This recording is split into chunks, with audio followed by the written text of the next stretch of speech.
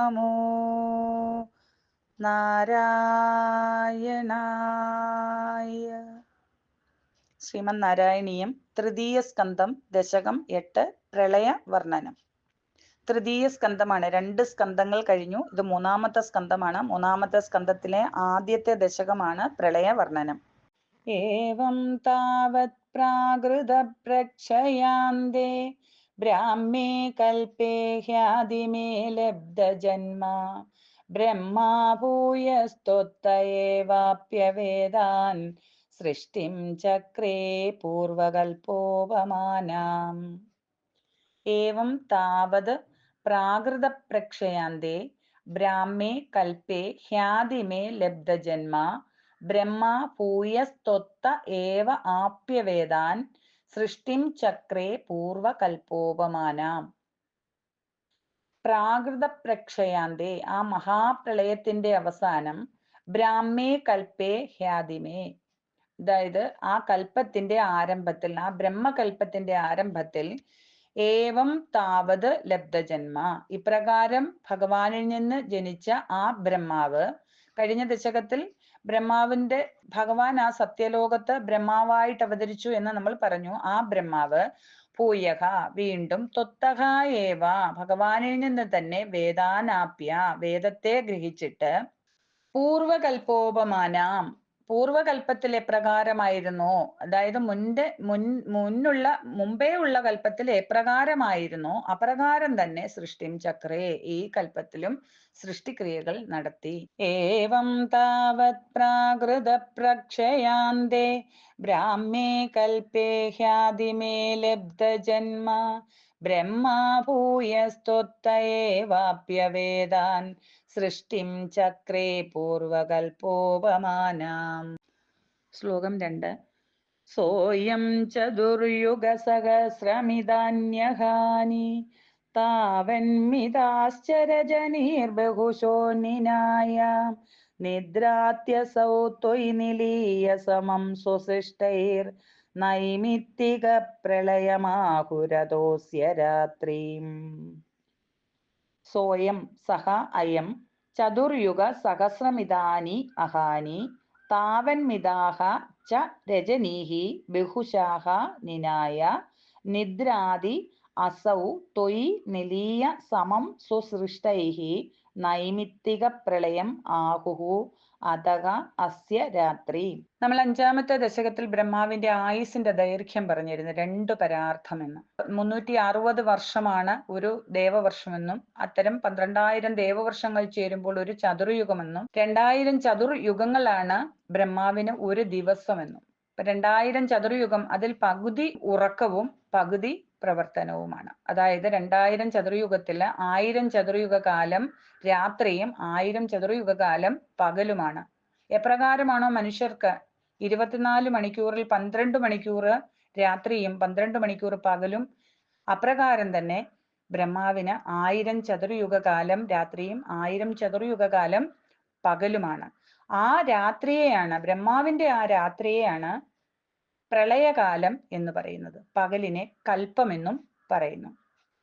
എന്നാൽ ബ്രഹ്മാവിന്റെ ആയുസ് ഇതേപോലെയുള്ള രാത്രികളും പകലുകളും അവസാനിക്കുന്ന, അതായത് ബ്രഹ്മാവിന്റെ ആയുസ് തീരുന്ന ആ 2 പരാർത്ഥം കഴിയുമ്പോൾ ഉള്ള ഉറക്കം, ആ ഉറക്കത്തിന് ഒരു പ്രത്യേകതയുണ്ട്. താൻ സൃഷ്ടിക്കപ്പെട്ടതായിട്ടുള്ള സർവ്വചരാചരങ്ങളെയും തന്നിലേക്ക് ലയിപ്പിച്ചിട്ട് താൻ ഉൾപ്പെടെ ഭഗവാനിലേക്ക് ലയിച്ചിട്ടാണ് ആ ഉറക്കം. അതുകൊണ്ട് തന്നെ അതിനെ നൈമിത്തിക പ്രളയം എന്നും പറയുന്നു. അതാണ് മഹാപ്രളയം എന്ന് പറയുന്നത്. അപ്പൊ ആ പ്രളയത്തിന്റെ വ്യത്യാസമാണ് ആദ്യത്തെ 2 ശ്ലോകങ്ങളിലായിട്ട് പറയുന്നത്. 1-ാമത്തെ ശ്ലോകം, സഹ അയം, അങ്ങനെ ആ ബ്രഹ്മാവ്, ചതുർയുഗ സഹസ്രമിതാനി അഹാനി, 1000 ചതുർയുഗ കാലം വരുന്ന പകലും, താവൻ മിതാഹ രജനീഹി ച, അത്രയും തന്നെയുള്ള രാത്രികളും. അതായത് നമ്മൾ പറഞ്ഞു ബ്രഹ്മാവിന് 2000 ചതുർയുഗ കാലമാണ് ഒരു ദിവസം എന്ന്. അതിന്റെ പകുതി രാത്രിയും പകുതി പകലുമാണ്. അങ്ങനെയുള്ള രാത്രിയും പകലും അനേകം പിന്നിട്ടതിന് ശേഷം അങ്ങനെ അസൗ, ആ ബ്രഹ്മാവ്, സ്വസൃഷ്ടൈഹി സമം, തന്നാൽ സൃഷ്ടിക്കപ്പെട്ട സകല ചരാചരങ്ങളോടും കൂടി, ത്വയി നിലീയ ഭഗവാനിൽ ലയിച്ചു ചേർന്നുകൊണ്ട് നിദ്രാതി ഉറങ്ങുന്നു. ആ ഉറക്കത്തിനെയാണ് പറയുന്നത്. അതാണ് പറയുന്നത് അതഹ അതുകൊണ്ട് അസ്യ രാത്രിയും ആ രാത്രിയെ നൈമിത്തിക പ്രളയം ആഹുഹു നൈമിത്തിക പ്രളയം എന്ന് പറയുന്നു. അപ്പം നൈമിത്തിക പ്രളയത്തെയാണ് മഹാപ്രളയം എന്ന് പറയുന്നത്. പ്രളയവും മഹാപ്രളയവും തമ്മിലുള്ള വ്യത്യാസമാണ് ഈ പറയുന്നത്. നൈമിത്തിക പ്രളയം എന്ന് പറയുന്നത് ആ പ്രളയ ദിവസങ്ങൾ കുറേ കഴിഞ്ഞു. കാരണം രാത്രിയും പകലുമായിട്ടുള്ള ദിവസങ്ങൾ ആ കുറേ പിന്നിട്ട് കഴിഞ്ഞ് അവസാനം ബ്രഹ്മാവിന്റെ ആ ഒരു നിദ്ര എന്ന് പറയുന്നത് അത് ബ്രഹ്മാവിന്റെ ഒരു ആയുസ് തീരുമ്പോഴാണ്. ആ ഒരു ഉറക്കത്തെയാണ് പറയുന്നത് നൈമിത്തിക പ്രളയം എന്ന് പറയുന്നത്. സോയം ചതുർയുഗ സഹസ്രമിതാന്യഹാനി താവന്മിതാശ്ചരജനീർബഹുശോ നിനായ നിദ്രാത്യസൗ ത്വയി നിലീയ സമം സുസൃഷ്ടൈർ നൈമിത്തിക പ്രളയമാഹുരദോസ്യ രാത്രിം. ശ്ലോകം 3. അസ്മാദൃശാം പുനരഹർമുഖകൃത്യ തുല്യാം സൃഷ്ടിം കരോത്യനുദിനം സഭവത്പ്രസാദാത് പ്രാഗ്ബ്രാഹ്മകൽപജനുഷാം ച പരായുഷാം തു സുപ്തപ്രബോധന സമാസ്ഥിതദാപി സൃഷ്ടി. അസ്മാദൃശാം പുനഃ അഹർമുഖ കൃത്യതുല്യാം സൃഷ്ടിം കരോതി അനുദിനം സഹ ഭവത്പ്രസാദാത് പ്രാഗ്ബ്രാഹ്മകൽപജനുഷാം ച പരായുഷാം തു സുപ്തപ്രബോധന സമാസ്തി തദാപി സൃഷ്ടിഃ. സഹ പുനഃ ഭവത്പ്രസാദാത് അനന്തരം ആ ബ്രഹ്മാവ് ഭഗവാന്റെ അനുഗ്രഹത്താൽ അനുദിനം എല്ലാ ദിവസവും അതായത് നിത്യവും അസ്മാദൃശാം നമ്മൾ മനുഷ്യര് നമ്മൾ എങ്ങനെയാണോ നിത്യകർമ്മം ചെയ്യുന്നത് അതാണ് പറയുന്നത്. അസ്മാദൃശാം നാം നിത്യവും എപ്രകാരമാണോ അഹർമുഖ കൃത്യതുല്യാം പ്രഭാത കൃത്യങ്ങൾ ഉണർന്ന് ആ ദിനകൃത്യങ്ങളൊക്കെ ആരംഭിക്കാറുള്ളത് അതേപോലെ ബ്രഹ്മാവ് ഓരോ ദിവസവും സൃഷ്ടിം കരോതി സൃഷ്ടികർമ്മത്തെ ചെയ്യുന്നു. പ്രാഗ് ബ്രാഹ്മകൽപ ജനുഷാം എന്നാൽ പണ്ട് ആ ബ്രഹ്മകൽപ്പത്തിന്റെ ആദ്യം ഉണ്ടായിരുന്ന ആ പരായുഷാം തു ആ ചിരഞ്ജീവികളായിട്ടുള്ളവർക്ക് അതായത് മാർക്കണ്ഡേയൻ പ്രഹ്ലാദൻ നാരദൻ തുടങ്ങിയ ആ ഋഷീശ്വരന്മാർക്ക് അവർക്കും തഥാപി ആ കൽപ്പ ആരംഭത്തിലെ പോലെ ഈ കഴിഞ്ഞ കൽപ്പത്തിലെ കാര്യങ്ങളെല്ലാം തന്നെ അതാണ് പറഞ്ഞ ആ കൽപ്പ ആരംഭത്തിൽ കഴിഞ്ഞ പ്രളയത്തിന്റെ ആ അവസാനത്തിലുള്ള സൃഷ്ടികളെല്ലാം തന്നെ സുപ്തപ്രബോധന സമാഹ എപ്രകാരമാണോ ഉറങ്ങി ഉണർന്നതിന് തുല്യം. അതായത് സുപ്തപ്രഭ നമ്മൾ ഉറങ്ങി എണീക്കണം. നമുക്ക് കഴിഞ്ഞ ദിവസത്തെ നമ്മളെല്ലാം രാത്രി കിടന്നുറങ്ങുന്നതിന് മുമ്പ് എല്ലാം ഭദ്രമായി പൂട്ടിക്കെട്ടി വെച്ചു.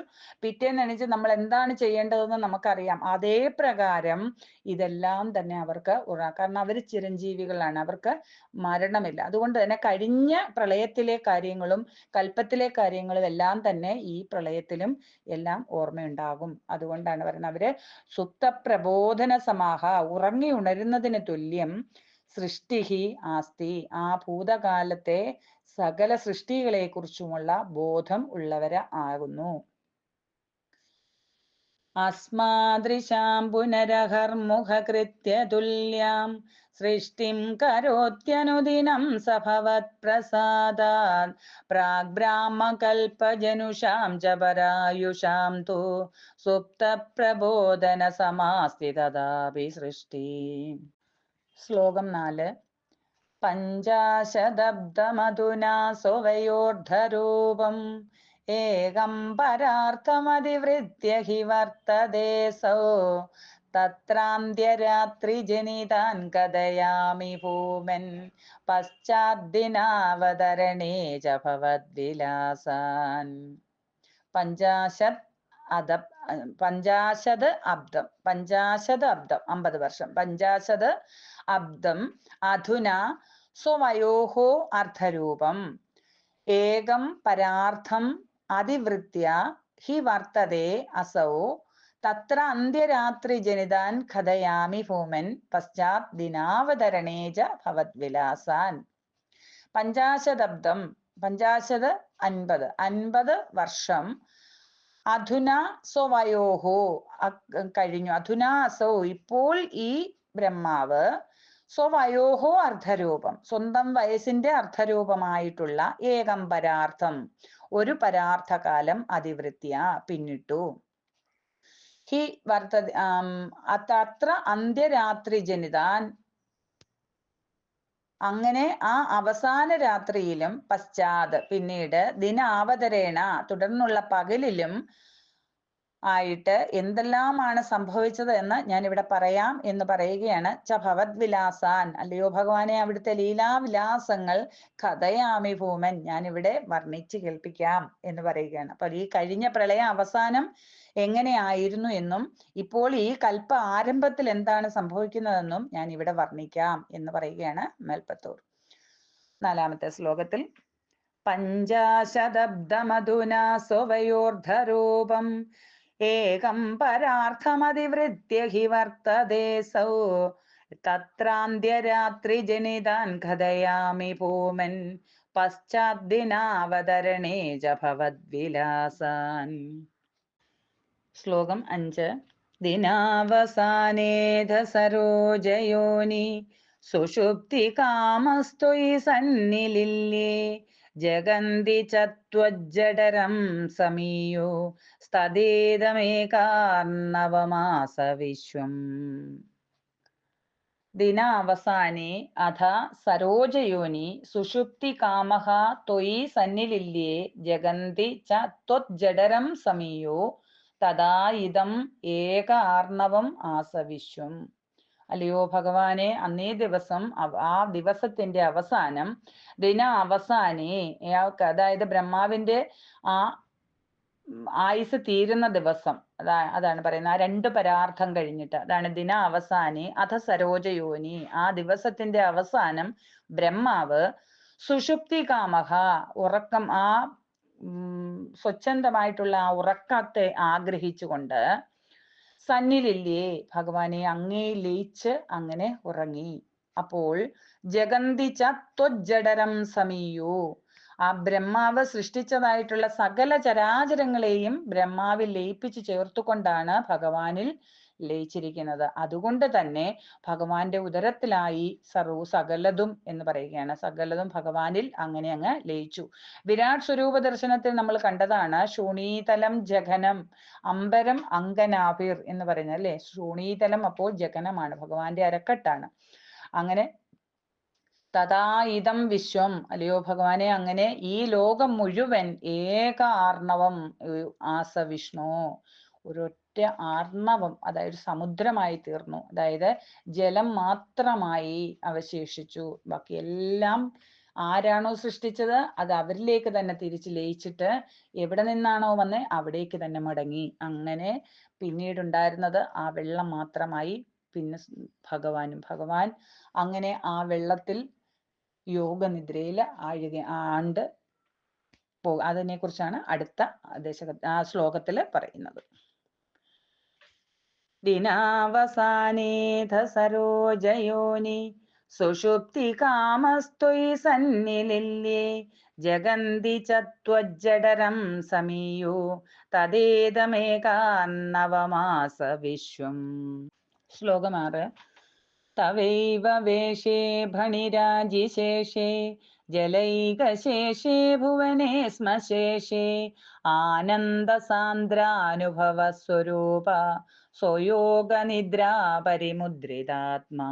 തവൈവ വേഷേ തവ ഏവ വേഷേ ഫണിരാജിശേഷേ ജലൈകശേഷേ ഭുവനേസ്മശേഷേ ആനന്ദസാന്ദ്ര അനുഭവസ്വരൂപ സ്വയോഗനിദ്ര പരിമുദ്രിതാത്മാ. ഭുവനേസ്മശേഷേ ജലൈകശേഷേ അങ്ങനെ ലോകം മുഴുവനും ജലം മാത്രമായി തീർന്നപ്പോൾ ഭഗവാൻ തവ ഏവ വേഷേ ഭഗവാന്റെ മറ്റൊരു രൂപഭേദമാകുന്ന ഫണിരാജിശേഷേ ഫണിരാജം അതായത് ശേഷനാഗം ആ ആദിശേഷനിൽ ആനന്ദ സാന്ദ്ര അനുഭവ സ്വരൂപ ആ സച്ചിദാനന്ദ സ്വരൂപനായിട്ട് സ്വയോഗ നിദ്രാ പരിമുദ്രിതാത്മാ സ്വരൂപധ്യാനമാകുന്ന ആ ഒരു നിദ്രയിൽ ലയിച്ചു. തവൈവ വേഷേ ഫണിരാജിശേഷേ ജലൈകശേഷേ ഭുവനേ ശ്മശേഷേ ആനന്ദസാന്ദ്രാനുഭവസ്വരൂപ സ്വയോഗനിദ്രാ പരിമുദ്രിതാത്മാ. ശ്ലോകം 7. കാലാഖ്യശക്തിം പ്രളയാവസാനേ പ്രബോധയേത്യാദിശതാ കിലാദൗ ത്വയാ പ്രസുപ്തം പരിസുപ്തശക്തിവ്രജേന തത്രാഖില ജീവധാംനാ. കാലാഖ്യശക്തിം പ്രളയാവസാനേ പ്രബോധയാ ഇതി ആദിശതാ കില ആദൗ ത്വയാ പ്രസുപ്തം പരിസുപ്തശക്തിവ്രജേന തത്ര അഖില ജീവധാംന. തത്ര ആദൗ, ആ പ്രളയത്തിന്റെ ആരംഭത്തിൽ, പരിസുപ്ത ശക്തിവ്രജേന, തന്നിൽ ലയിക്കപ്പെട്ട സകലമാന ശക്തികളാലും, അതായത് മൂലപ്രകൃതി, മഹദഹങ്കാരം തുടങ്ങിയ ശക്തികളോടും കൂടിയ അഖിലധാംന, സമസ്ത ജീവകോടികൾക്കും ആശ്രയവും ആയിട്ടിരിക്കുന്ന ത്വയാ, അങ്ങയാൽ, പ്രളയ അവസാനേ മാം പ്രബോധയ, എന്നെ, അതിൻ്റെ പ്രളയം അവസാനിക്കാറാകുമ്പോൾ എന്നെ വിളിച്ചുണർത്തിയാലും, ഇതി, ഇപ്രകാരം, കാലാഖ്യശക്തിയും, കാലമാകുന്ന ആ ശക്തിയോട് ആദിശത, ആജ്ഞാപിച്ചിട്ട്, അല്ലയോ ഭഗവാനെ, അവിടുന്ന് പ്രസുപ്തം കില, നിദ്രയെ പ്രാപിച്ചു.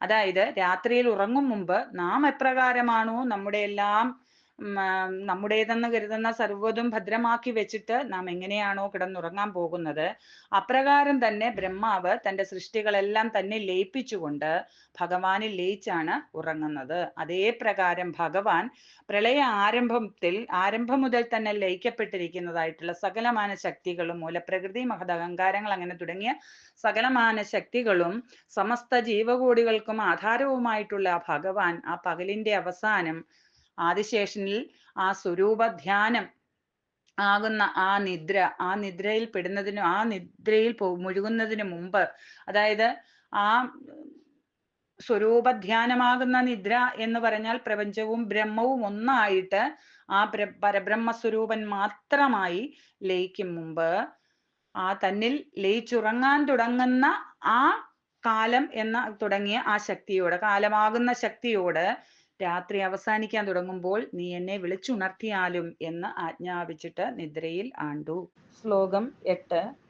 ചതുർയുഗാണാം ച സഹസ്രമേവം ത്വയി പ്രസുപ്തേ പുനരദ്വിതീയേ കാലാഖ്യശക്തി പ്രഥമ പ്രബുദ്ധ പ്രബോധയത്വാം കില വിശ്വനാഥ. ചതുർയുഗാണാം ച സഹസ്രം ഏവം ത്വയി പ്രസുപ്തേ പുനഃ അദ്വിതീയേ കാലാഖ്യശക്തി പ്രഥമ പ്രബുദ്ധ പ്രബോധയത്വാം കില വിശ്വനാഥ. അല്ലയോ വിശ്വനാഥ, ത്വയി അദ്വിതീയേ, ഏകാഗിയായ അങ്ങ്, അതായത് പ്രപഞ്ചം ബ്രഹ്മം രണ്ടും ഒന്നായി ചേർന്നപ്പോൾ, ആ രണ്ട് എന്ന ആ ഒരു ഭേദമില്ലാതെ എല്ലാം ഒന്നായ ആ അവസ്ഥയിൽ, ചതുർയുഗാണാം ച സഹസ്രം ഏവം പ്രസുപ്തേ, 1000 ചതുർയുഗക്കാലം ഇപ്രകാരം ഉറങ്ങി. പുനഃ, അനന്തരം, കാലാഖ്യശക്തി പ്രഥമ പ്രബുദ്ധ, ആ കാലമാകുന്ന ശക്തി ആദ്യമുണർന്ന്, ത്വാം, അങ്ങയെ, പ്രബോധയത് കില, അങ്ങയെ ഉണർത്തിയത്രേ. അതായത് അങ്ങനെ ഭഗവാൻ ഏകാഗിയായി, രണ്ട് എന്ന ആ ഭേദമില്ലാതെ പ്രപഞ്ചം ബ്രഹ്മം രണ്ടും ഒന്നായി ചേർന്ന് അങ്ങനെ ഉറങ്ങിയ ശേഷം ആദ്യം ഉണർന്ന ആ കാലമാകുന്ന ശക്തി ഭഗവാനെ വിളിച്ച് ഉണർത്തിയത്രേ.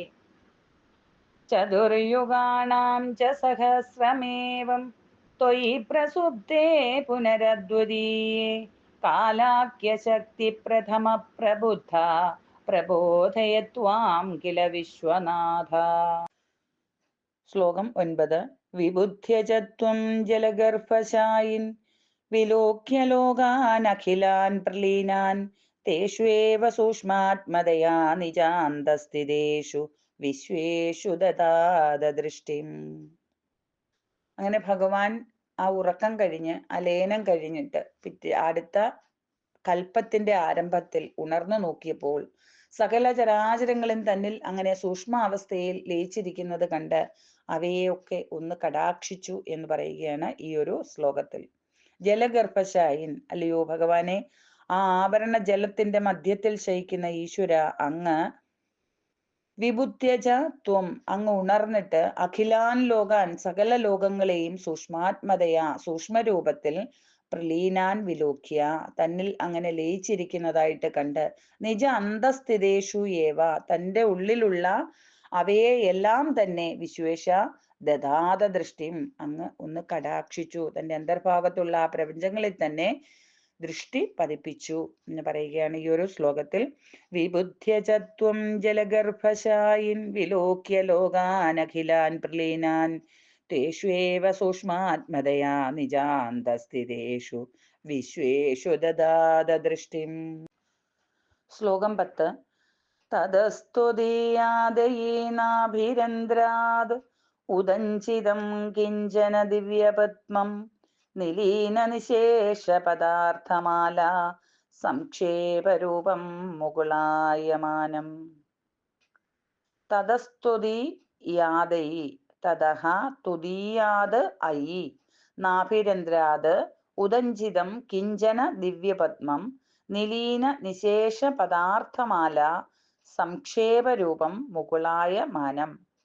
തതഹ അനന്തരം, ത്വദീയാത് അങ്ങനെ അങ്ങയുടെ അന്തർഭാഗത്ത് ലയിച്ചിരിക്കുന്ന ആ പ്രപഞ്ചങ്ങളിൽ തന്നെ ഭഗവാൻ ഒന്ന് കടാക്ഷിച്ചതിന്റെ ഫലമായിട്ട് ഐ നാഭിരന്ദ്രാത്, ഭഗവാന്റെ ആ നാഭിരന്ധ്രത്തിൽ നിന്ന് നിലീന നിശേഷ പദാർത്ഥമാല സംക്ഷേപരൂപം, ഭഗവാനിൽ അങ്ങനെ ലീനമായി കിടക്കുന്ന അതായത് ലയിച്ചിരിക്കുന്ന സകല പദാർത്ഥങ്ങളുടെയും ആ കാരണരൂപം, അതായത് ആ സൂക്ഷ്മരൂപം ഒരു മുകുളായമാനം, ഒരു മുകുളാകാരമായിട്ട്, അതായത് ഒരു മുട്ടായിട്ട്, കിഞ്ചന ദിവ്യപത്മം, ദിവ്യമായ ഒരു താമരപ്പൂവ് ഉദഞ്ചിതം ഉത്ഭവിച്ചു, ആ നാഭിയിൽ നിന്നും പുറത്തേക്ക് വന്നു.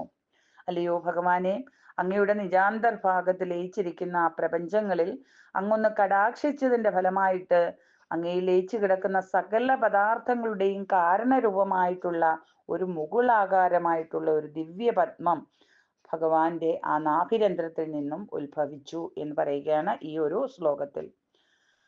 തതസ്തുതീയാദയീനാഭിരന്ദ്രാത് ഉദഞ്ചിതം കിഞ്ചന ദിവ്യപത്മം നിലീന നിശേഷ പദാർത്ഥമാല സംക്ഷേപരൂപം മുകുളായമാനം.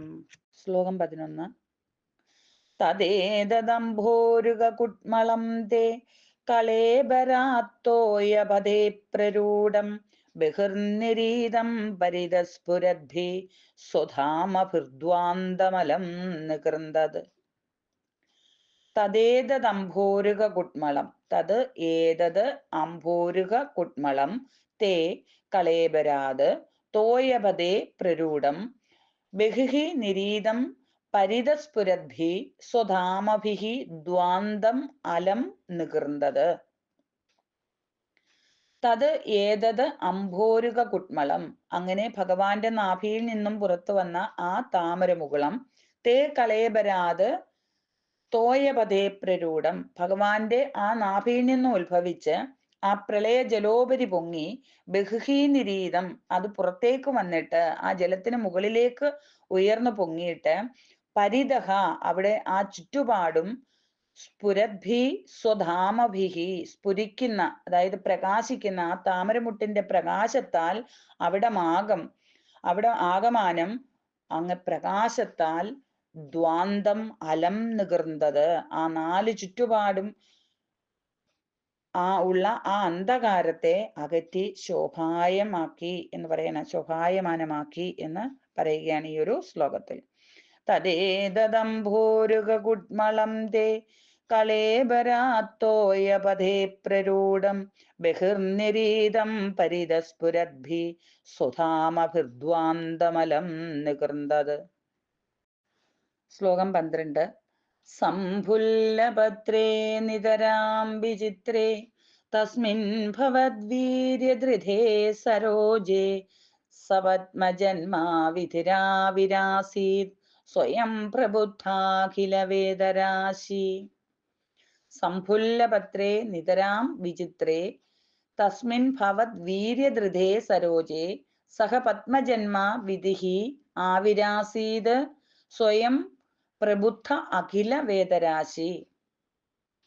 സംഭുല്ലപത്രേ നിതരാം വിചിത്രേ, അങ്ങനെ ആ താമരമുട്ട വിരിഞ്ഞ് ഇതളുകളോടുകൂടി ഒരു പുഷ്പമായിട്ട് തീർന്നപ്പോൾ, അങ്ങനെ ആ ഒരു താമരപ്പൂവിലേക്ക് തസ്മിൻ സരോജേ, ആ താമരപ്പൂവിലേക്ക് ഭവത് വീര്യധൃതേ, ഭഗവാന്റെ ആ വീര്യബലത്താൽ, ആ യോഗബലത്താൽ പ്രതിഷ്ഠിച്ചിട്ടുള്ള, അതായത് ആ ഉറപ്പിച്ചു നിർത്തിയിരിക്കുന്ന ആ പത്മത്തിലേക്ക് വിധിഹി, നേരത്തെ ഉറക്കത്തിലേക്ക് പോയ ആ ബ്രഹ്മാവ്, സ്വയം പ്രബുദ്ധ അഖില വേദരാശി, തനിക്ക് ഓർമ്മ വന്നതായിട്ടുള്ള തന്റെ ആ വേദങ്ങളെ എല്ലാം എടുത്തുകൊണ്ട് സഹ പത്മജന്മ ആവിരാസീത്, ആ പത്മജന്മാവ് അവിടെ അവതരിച്ചു, അവിടെ ആ താമരപ്പൂവിൽ വന്ന് ഉപവിഷ്ടനായി, പത്മജന്മാവ് എന്ന പേരോടുകൂടി. അങ്ങനെയാണ് ബ്രഹ്മാവിന് പത്മജന്മാവ് എന്ന പേര് വന്നത്, കമലഭൂ. അതേപോലെ തന്നെ ആ ഒരു കൽപ്പത്തിന് പത്മകൽപ്പം എന്നും പറയപ്പെടുന്നു. അതാണ് ഈ ഒരു ശ്ലോകത്തിൽ പറയുന്നത്. സംഭുല്ലഭദ്രേ നിതരാം വിചിത്രേ തസ്മിൻ ഭവദ്വീര്യധൃതേ സരോജേ സപത്മജന്മാ വിധിരാവിരാസീത് സ്വയം പ്രബുദ്ധാഖില വേദരാശി. ശ്ലോകം 13. അസ്മിൻ പരാത്മന്നനുപാത്മകൽപേ ത്വമിത്തമുത്ഥാപിതപദ്മയോനി അനന്തഭൂമാ മമ രോഗരാശിം നിരുന്തി വാതാലയവാസ വിഷ്ണു. അസ്മിൻ പരാത്മൻ നനു പാത്മകൽപേ ത്വമിത്തം ഉത്ഥാപിതപദ്മയോനി അനന്തഭൂമാ മമ രോഗരാശിം നിരുന്തി വാതാലയവാസ വിഷ്ണു.